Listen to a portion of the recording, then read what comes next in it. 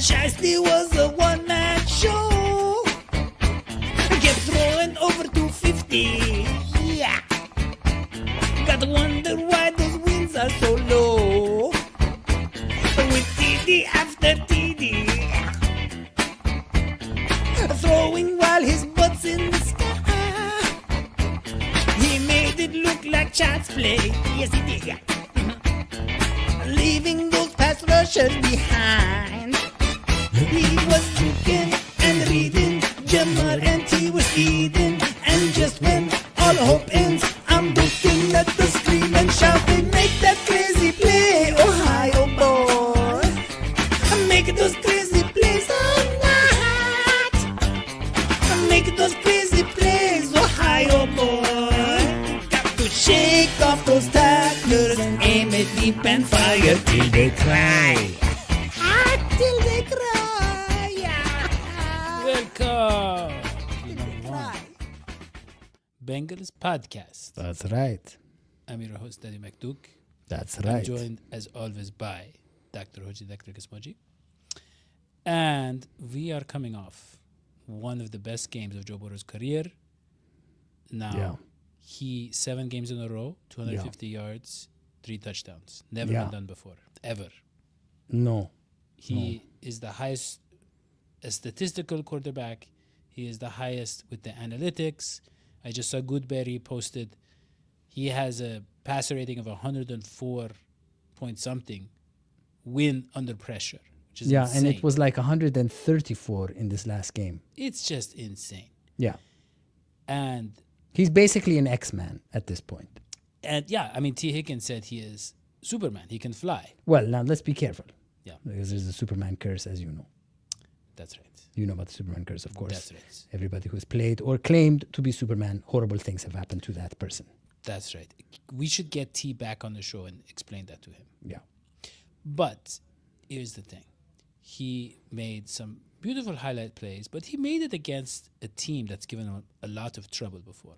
That's right. And it feels like it was, he is... Sweet vengeance. Vengeance, but also his confidence and his kind of swagger is at the point where it's like he's just rubbing it in people's faces. That's what I feel like. I agree. And look, the Bengals their postseason is hanging by a thread. And he's out there, you know, you saw the play where he was tripped up by Ted Karras, I believe, and he still got... But what about the play to Drew Sample where he's being spun around and he's just like, whoop, there you go. Yeah, so it looked like a basketball pass. Whoop.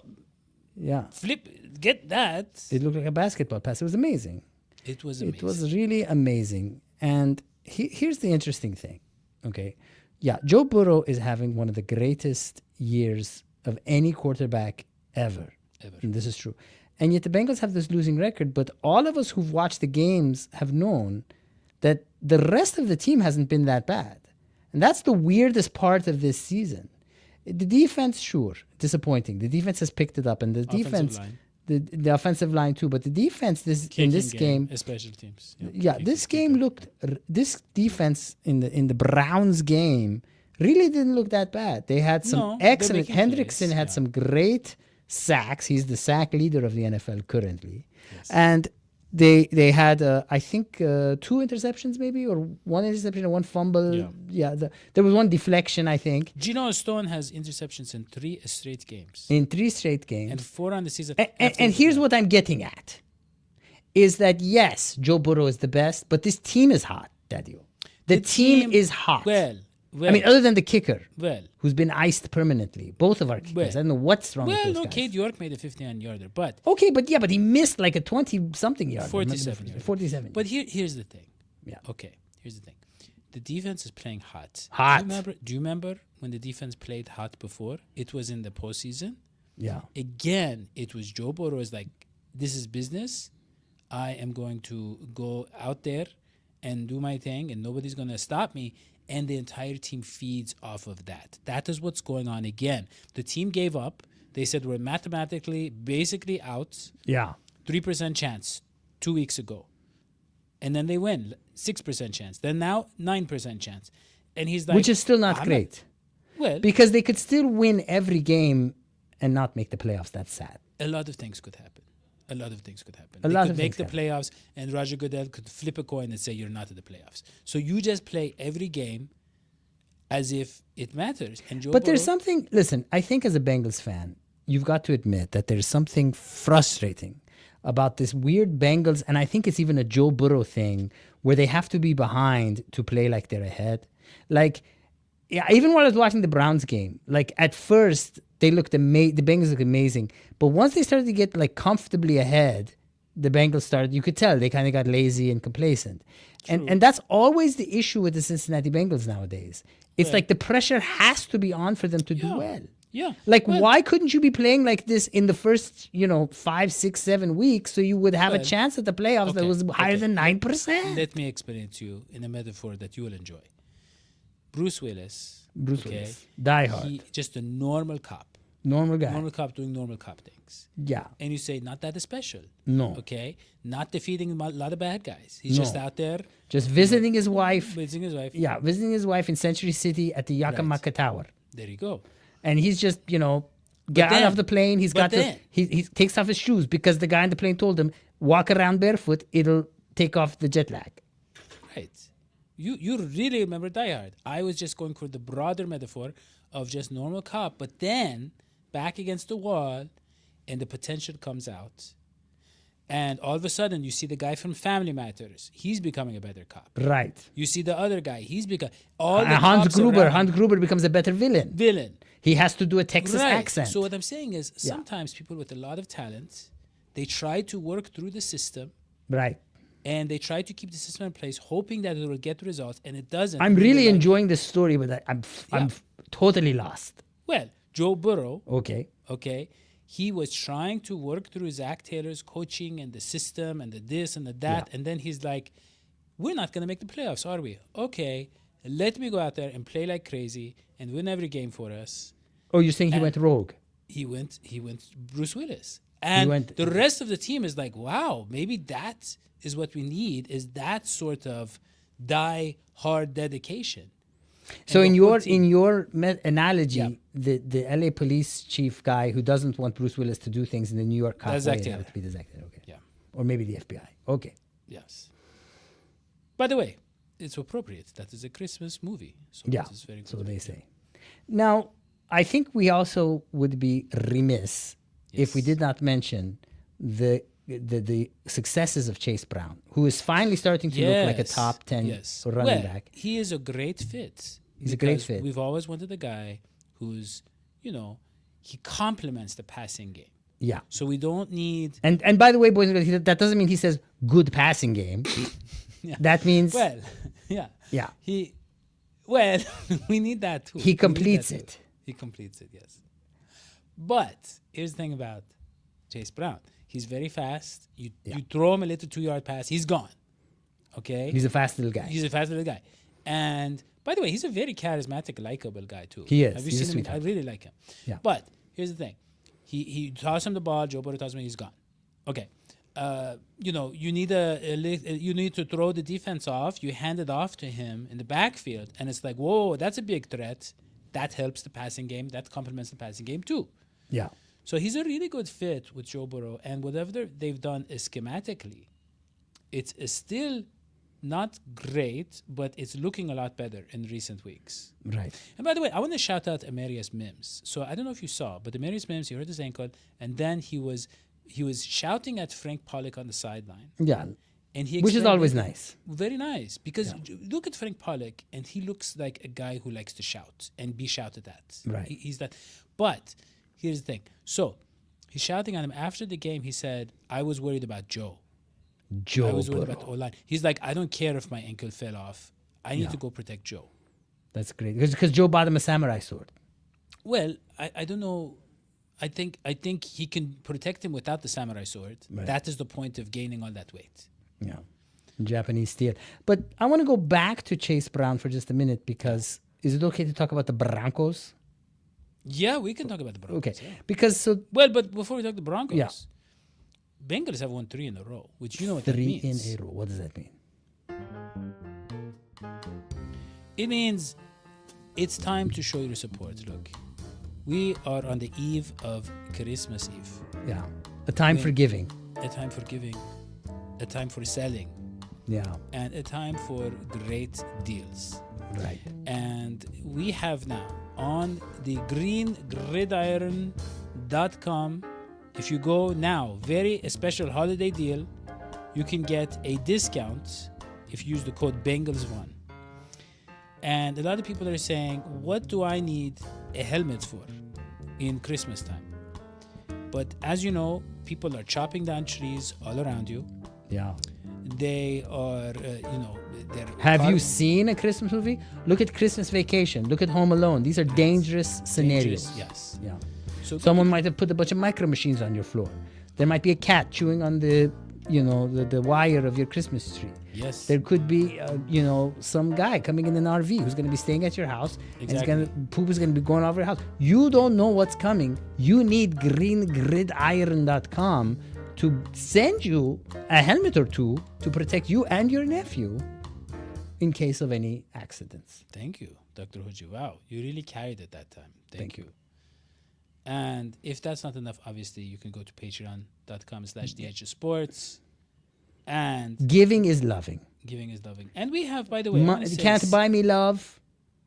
you can buy our songs, though. Yeah. If you get with a free subscription. Yeah. You can get, yes, and like the song that Hoji just sang, that is going to be on there. And of course, our 4-time patron of the week, Ceiling Cat. Our good That's friend right. Ceiling Thank you, Ceiling Cat. We salute you, Ceiling Cat. Cat. Yes. But you were saying about the Browns. So, the Browns. No, we're saying the Broncos. The Broncos. The Broncos. So this is the do or die game. So basically it goes like this, Daddy. This is the way the Bengals story goes this year. If the Bengals lose this game, they are 100% out of the playoffs. It goes from 9% to 0%. Any game, but this is the main one. Because the Broncos are contending with the Bengals for one of those lesser spots in the AFC playoffs. Well, the Broncos just need to win one game and they're in. They have that spot. They have that spot if they win one. But we need them not to win one, and we need to win all. So it's a big, big game. Big game. Such a huge game. And the Broncos this year are better than the Broncos last year. They're better, but they're on the decline. Bo Nix looking good. Looking good. But the main thing is they have a really, really, really good offensive line now. They didn't used to have that. But Okay. yeah, it's not that bad. And they have a good defensive They have a defense line. makes a lot of plays. But they have, but this, you know what their weakness is? I looked this up. The weakness of the Broncos defensive line, and where we need to hit them hard, is the running game. So that means that Chase Brown. That's why you're talking about Chase Brown. Yeah. He's got to step it up. He does. Well, it's hard to say step it up. We need to set him up. Set him up. To step it up. Yeah. Because really our running game is not good, but our passing game is so good that if we do nice mixing it up, catch them off guard, Chase Brown is the guy to take advantage of that. And I will add, in this cold weather, it would have been a real, I think, problem to play in Mile High Stadium. I'm glad it's at Paycor. And I feel like the Bengals have a bit of a groove going on there. We've had a real issue with home games, Daddy. Yeah. I mentioned this, if you remember last time. I said, for Houday to be back, the essence of Houday is who they think going to beat them Bengals whenever they play at the jungle. So it's about the home games. That's what has always traditionally made the Bengals great, was them drawing from the energy of the Bengals fans, which they haven't been able to do in the past few years. They haven't really been good at home. Right, but really now they are, Yeah. But I mean, now they're playing at HR Software home, right? So Paycor. So what I'm saying is, if the lyrics, would be something like, who they think, where do they play, where you get your paychecks. I like that. Yeah. And I'm just saying, I feel like because Paycor is to explain it to maybe some of the children out there at home who don't have jobs. So Paycor has something to do with paychecks? Yeah, it's a HR software. Oh, I did not know that. Yeah, they process payrolls. Oh. Yeah, and so what I'm saying is, if you notice this year, the Bengals have not been as good at home, and it's the first year where they're not the jungle. They've literally sold out. They really And, so that. yeah. But they had a good game against the Browns. They So did. things are It boding was the well. Browns, and Joe Burrow is very angry. Yeah. And very good. I like the new angry Joe Burrow. I do too. By the way, shout out to Jamar Chase. Shout Set out. the receiving record, He looked good. single season. He broke his own record, and he's on his way to breaking every record, catches, touchdowns in a season, everything. He's having one of the best receiving seasons ever, by the way. Triple Crown. He's on pace to be the Triple Crown winner. Yeah. He will be by far the youngest, by like 4 years. He'll be the youngest to ever do it. Is that like he has to beat horses in a race or something like that? What's Yeah, How do you three get of Triple them. Crown? Yeah, he has to beat the Okay. receptions, touchdowns, and receiving yards. Wow. Great. And shout out to Trey Hendrickson or Trey have we Hendrickson, yes. Trey Hendrickson is... Thank yes. you, Betsy Bootcamp. Yeah, thank you, Betsy. Wow. Wow. Betsy Bootcamp says you guys are too good for this fan base. Yeah. I've always felt that way, Betsy. Thank you Yeah. for being entertaining and educational. Thank you. Thank you. Thank you, Betsy. We are hoping to move it on up, so to speak, to the big leagues.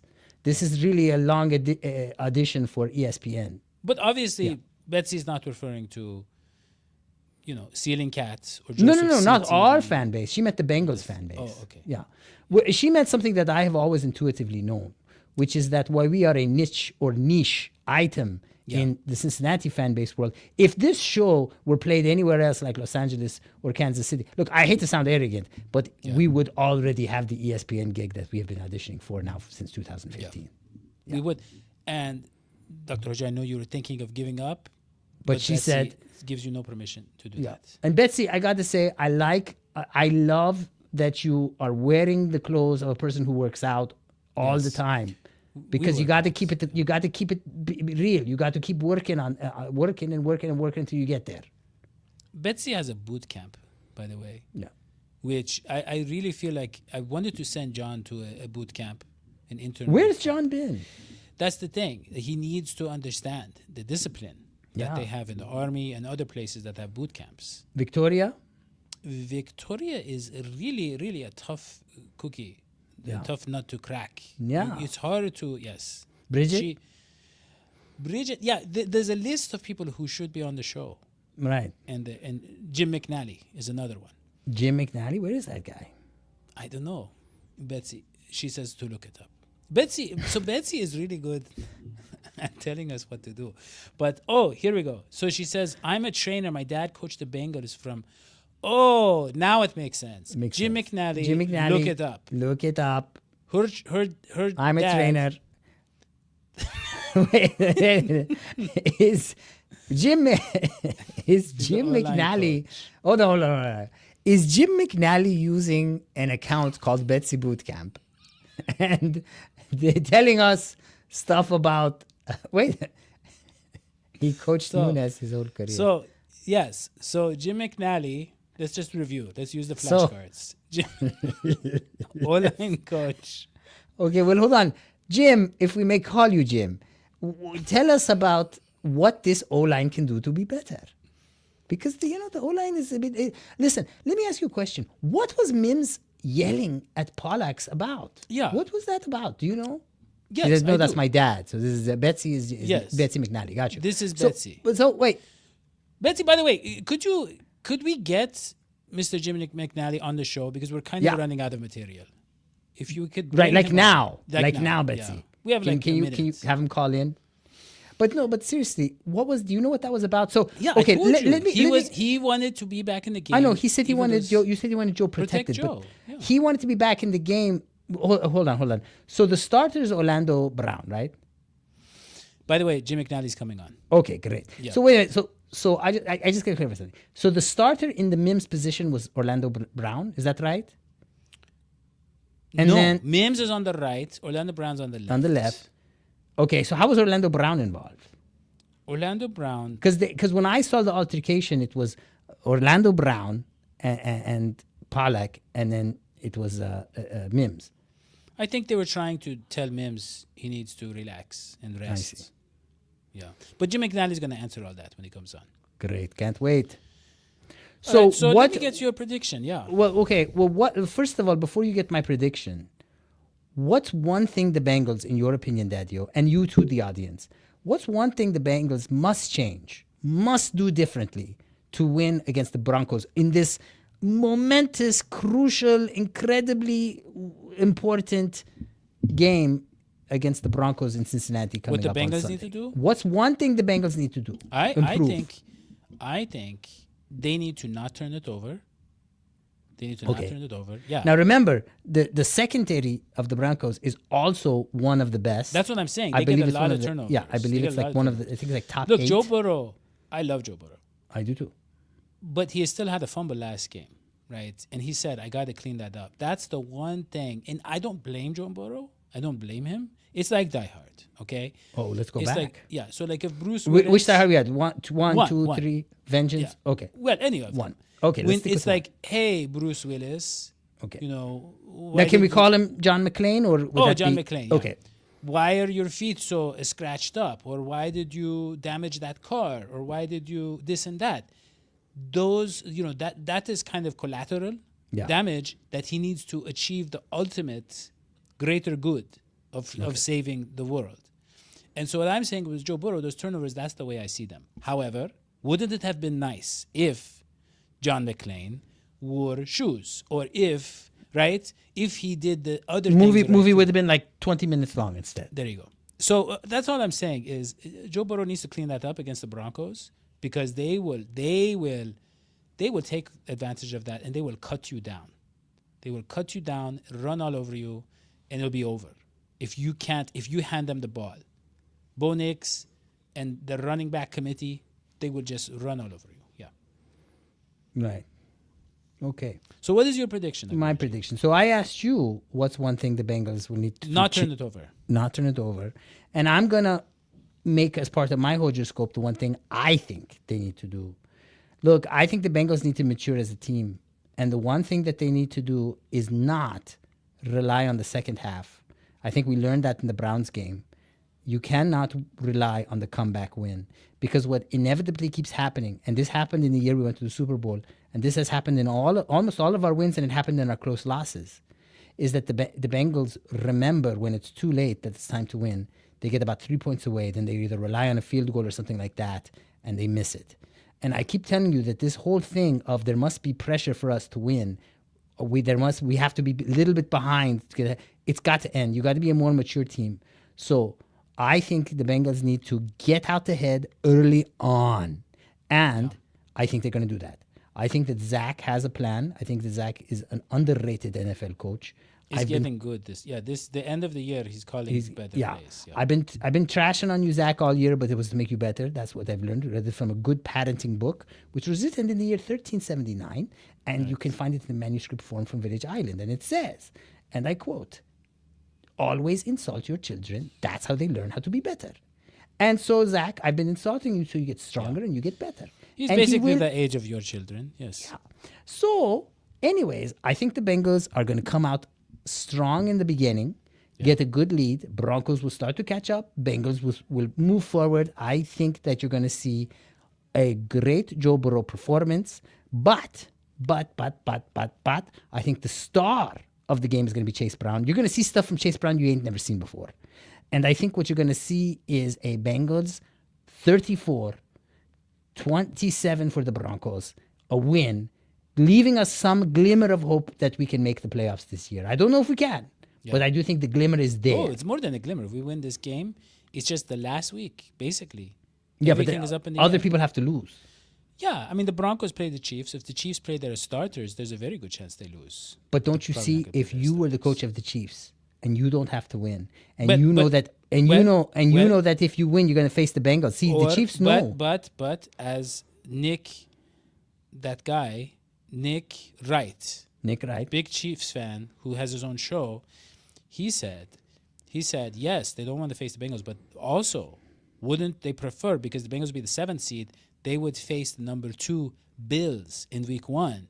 And the Bills are the biggest threat to the Chiefs, so they have to go through the Bengals. And he said, wouldn't that be nice? I don't think the Chiefs fear the Bills. I don't think anybody fears Well, that's the what Bills. he was saying. I really think that. I think it's just the Bengals. I agree. I mean, look, we I had think the that Chiefs game. are smart enough to know that the Bengals are the one Are the team one, that has their yeah. number. I think the Burrow thing Burrowhead. Burrowhead Yeah. thing, which by the way started on this show I think that really gets in his head. It does. Yeah. So I'll tell you what I think is going to happen. Okay. I think the Bengals, this is like they are down in a 7-game series, 1-3. Like they're down, they're on the verge of elimination. Yeah. And I've seen it many times. Sometimes the home team, they have a nice, fun game. They rally around and they win. But a lot of times, they rally around, they're winning, and then a few mistakes here and there. And the team that's ahead 3-1, they start getting some momentum, and all of the air is sucked out of the building. Poof. And they're just demoralized, and they fall apart, and it's a blowout. And I'm afraid with Cincinnati Bengals facing that defense, coming off a close loss against the Chargers, they know the Broncos just pull it all together, just one game, and you're in the playoffs. They can even rest. I mean, they won't, but I'm just saying they know they're in the playoffs. So I think the Bengals. Wait. You're saying the Broncos? The Broncos. This is just guys, just push and we can win. Right. So I think that the Broncos are going to cut down the Cincinnati Bengals. I do, and I think the final score will be 35 to 21 Cincinnati. Yeah. What? That's my prediction. Wait. 35-21 Cincinnati would imply, and forgive me if I've misunderstood. It would imply that the Bengals are winning despite the fact that you said that they were going to have the air sucked out of their souls. Will they be cut down? Yeah. Cut down. Right. That the Bengals would be cut down. Yeah, so I mean, this is an analogy that you can appreciate. Okay. So this is what the phrase cut down means. You should look it up. Yeah, you should look up Jim McNally. I will. I'm going to look up both. Betsy Bootcamp knows all about that. Yeah. So when you cut down a tree, a sugar cane, that is when you have access to the tasty fruits and the sweetness of it. Okay. So before you cut something down, it serves no purpose. The tree has no purpose until you cut it down. It gives us oxygen. Right. Yeah. But you get that sweet fruit. I mean, I know for you, if you can't eat it, it has no purpose. Right. And I know it's a lot of people say you could pick the fruit. But if you cut it down, you get all the fruit at once. Okay. And I'm saying the Cincinnati Bengals, are going to be cut down by the Broncos, who are going to hand them that fruity sweetness. And by the way, Betsy Bootcamp is calling us out on thinking our conspiracy theory that she's actually Jim McNally. Dr. Hoji, your conspiracy theory. I kept thinking, how on earth is Jim McNally so fit? I mean, look at that picture. I was like, man, Jim, you look great for 81. Yeah. Well, by the way, Betsy Bootcamp, please send us a email. Daddy, if I may, you have not finished your explanation. Yes. So that is what it means to be So cut the down. Broncos will cut down the proverbial Bengal tree. What that actually means is that they will have access to the tasty fruits, which they could have gotten from a ladder or even just reaching up. But that's okay. Now the tree is down and they're eating the Bengal fruits. I still don't see how that's a Bengals win. Yeah.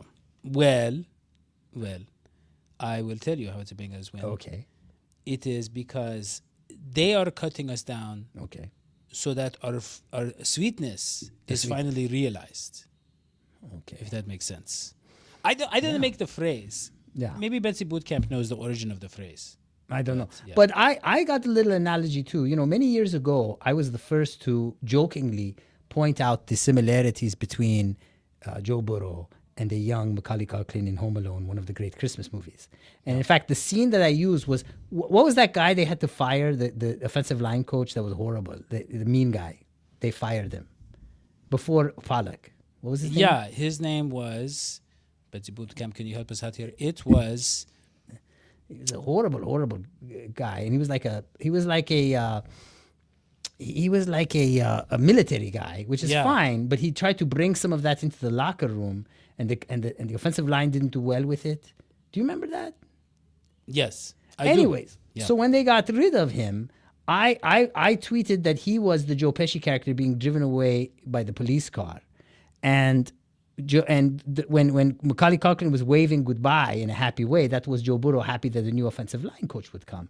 Well, what do you know about Home Alone is that most of the main events in Act 3, where he ruins the lives of those two prowlers, he does in like 30 minutes. He sets up that whole scene in the house in like the last, there's like a real quick time. He sets up that whole fun house. It should have taken like 4 days, but he does it in 30 minutes. That is the essence of Joe Burrow. Joe Burrow is a last minute guy. He does what he does in in like 10 minutes, what other people take, like a whole I love it. game to do. How many Christmas movies have we covered? This is I think all of them. I think so. Yeah. And speaking of Christmas movies, yeah, a lot of people don't want to watch movies anymore. They just want to listen to podcasts. So if you go to... Maybe you're baking a turkey, God forbid, but hopefully it's a soy turkey made out of tofu or something like that. And if you are, what are you going to listen to? Maybe you're baking a pie. Yeah. Maybe. And then what are you going to listen to? But look, we only Maybe you're driving to visit somebody. What you going to listen to? You're going to listen to Number One Bengals podcast. And when you do, you're going to give it a thumbs up. You're going to write a review. You're going to tell people how much you love this podcast. Because how else are we going to get the ESPN job? Thank you. Yes. And next show, we are expected to have former Bengals offensive line coach Jim McNally on the show. And Betsy. And Betsy will be there as well. Betsy's going to be there.